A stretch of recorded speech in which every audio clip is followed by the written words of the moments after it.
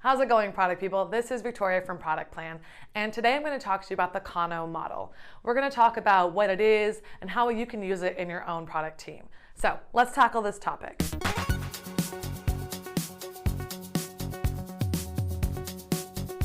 Before I continue, there are a lot of links on this page that if you want to be a Kano expert, check them out after the video because they are great resources.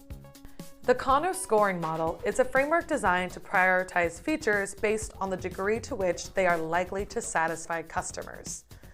Weigh a high satisfaction feature against its cost to implement to determine whether to add it to the roadmap. This strict focus on how customers will react to certain features is what differentiates the Kano model from other prioritization frameworks. Kano was created by Dr. Noriaki Kano in 1984. He was researching what contributed to customer satisfaction and loyalty and found that there are 5 categories to customer satisfaction. Curious to learn how Kano works? Let's break it down. First, pull a list of features that are vying for resources and space on your roadmap. Then weigh them against 2 competing criteria.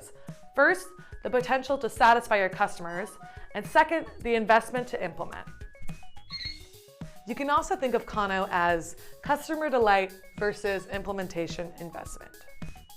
Of the 5 models that Kano identified, there are 3 that you want to put on your roadmap: basic features, excitement features, and performance features. And then there are 2 that you want to keep off your roadmap: indifferent features, which your customers don't feel one way or the other about, and dissatisfaction features, which will actually upset your customers.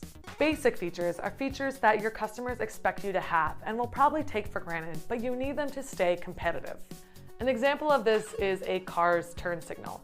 If you were looking at a possible car that didn't have them, you wouldn't be happy and would go somewhere else. Performance features will give you a proportionate increase in customer satisfaction as you invest in them.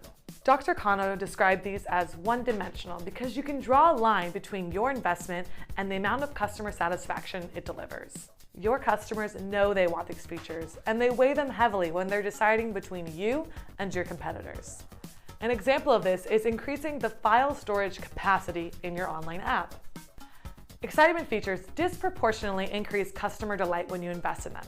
Even if your customers wouldn't miss them if they weren't there, when you add them, customer delight skyrockets. And the effect that they have on your users is an outsized positive response on your product. Next, your internal team needs to decide where features fall under those 5 categories, the 3 that we just discussed, and indifference and dissatisfaction. After that, take these features to your users and prospective customers with customer surveys, questionnaires, or whatever your preferred feedback method is. So now you're probably wondering, when is a good time to use the Kano model? Kano is good for product teams that have limited time and limited resources.